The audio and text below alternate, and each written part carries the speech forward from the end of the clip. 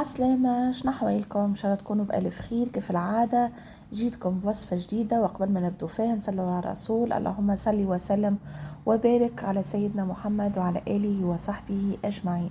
اليوم إن شاء الله باش نصبروا مع بعضنا السردينة في الدار من غير مواد حافظة، وكيف ما شفتوا ذايبة وتعمل 66 كيف. لهنا عندي كيلو من السردينة، نحيت له هيك يعني الزعانف نتاعو في الظهر، نظفته من داخل، نحيت له الذيل ونحيت له المسار والراس ونظفته بالباهي وحطيته على جنب. عندي لهنا اللي حطيت المقفول يغلي باش نفور فيه الحويتات. جبت الكسكاس باش نفرش فيه طبقة من الملح. تنجموا تستخدموا الملح الخشين ولا الملح اللي عندكم، مش مشكلة. المهم انه ان نعملوا كمية باهية من الملح، وما تخافوش راهو الملح كيف يطيب السمك في البخار اكثر متاعه يهبط في الماء. ماذا بينا الكسكاس متاعنا يكون كبير شوية هكاكا باش يرفع الحويدات الكل، وما نضطروش انه نحطوا كعيبات فوق بعضهم هكاكا باش يطيبوا الكل في فرد وقت وما ياخذوش معناها وقت برشا. باهي نرصفوا الحويدات الكل في الكسكاس، ومن بعد باش نرشوا عليهم طبقة من الملح.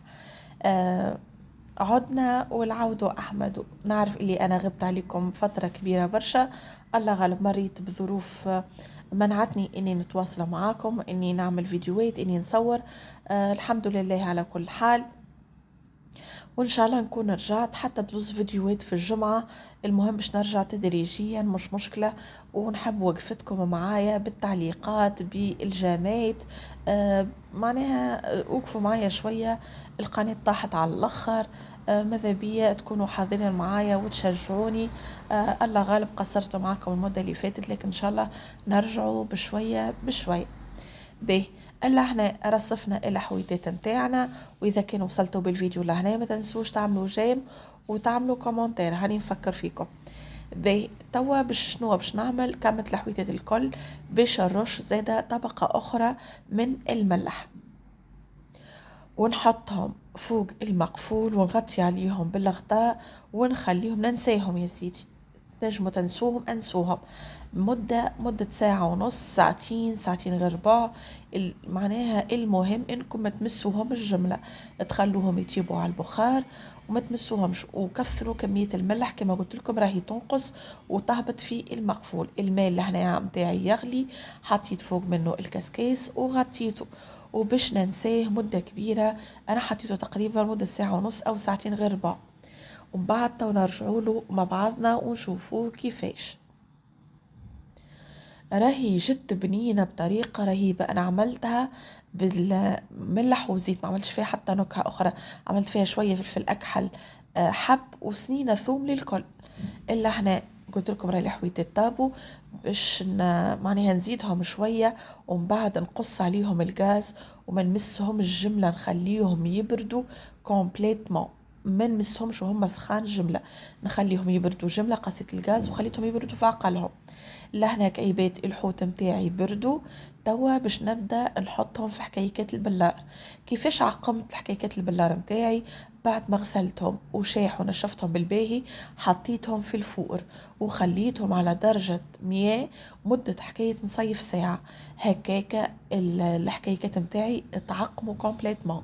توا باش نرصف الحويتات راهم طيبين زبدة. وتو تشوفوا من بعد كيف نحل لكم حكة، تشوفوا كيفاش نحيت لكم السلسول ووريته لكم وقت اللي عملته بين يديا السلسول تمعس وذاب. هذايا أكبر دليل إنه السردينة متاعنا جد ناجحة 100%. نعتذر على أي صوت باش تسمعوه توا، راهي العمارة اللي أنا ساكنة فيها مرمى، هذاك علاش الله غالب فما صوت متاع بني وبنية والكل. ترصفوهم في حكايكات باللاري، كل غطاء متاعهم محديد هكاكا باش نجموا نصبروهم بطريقة صحية ويصبروا أكثر ما يمكن. المهم تستحفظوا بيهم في الفريجيدير من اللوطة، مش في الثلاجة من فوق. لهنا عملت حكايكة صغيرة وزوز حكايك يعني تسموا متوسطين شوي، وكتبتوا تهزوا فيهم لهنا راهم معناها كك تعرفوا حوت وطيب على الاخر، يعني تستحفظوا فيه. عبيت الحكايات متاعي، جبت شويه فلفل اكحل حب وحطيت في الحكوكة متاعي والباقي رجعته للحكة. وتوا باش نزيد شنو سنينة ثوم نقسمها على 3 حكيكات، ما نكثرش.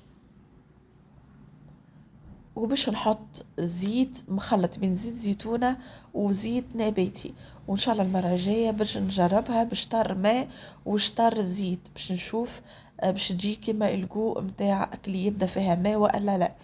المرة هذه جربتها بالزيت جت بنينة بنينة ما نحكي لكمش. نحنا حلينا كالحكاية الصغيرة وذقناها بصراحة. ندمت اني ما جبتش معناها كمية اكبر من السردينة وجربت ما اكثر معناها. عجبتنا على الاخر. وقلنا علاش نحنا ما نصبروش السردينة وحدنا في الدار بنتها ونظافتها، واكيد حاجة على عينينا وبيدينا ما كيفهاش. جربوها الوصفة راكم ما تندموش ومش تعجبكم على الاخر، واكيد صحية. الا هنا الحكايات باش نسكرهم بالباهي بالباهي.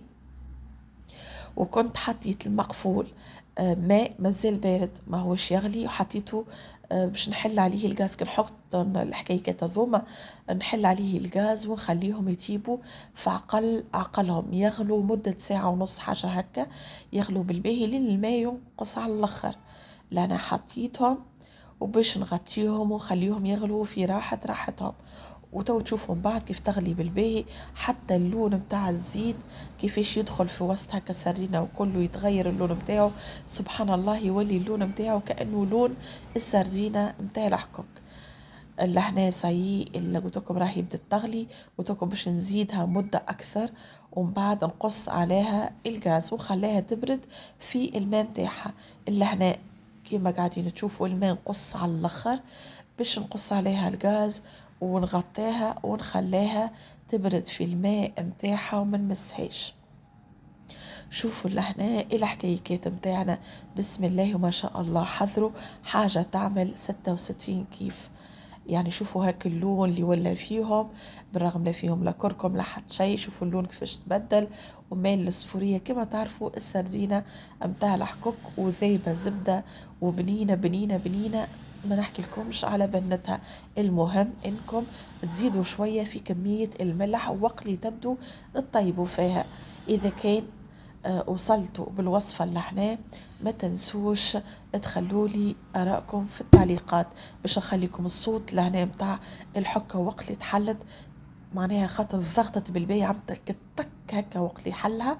ما نجمش نحلها انا اصلا، استعنت بزوجي هو اللي حلها لي وعملت هيك الصوت متاع الضغط متاع الهواء. دليل انه الحكه متاعي جبد منها الهواء كل وتعقمت بالباهي بالباهي وباش تصبر. شوفوا لهنا السردينه كيفاش طايبه الزبده. شوفوا كيفاش السلسول باش نحيهولكم. شوفوا ما بين ايديا كيفاش عملته تمعس مشى طايب على الاخر. تو بقى لي كنقول لكم بسلامه.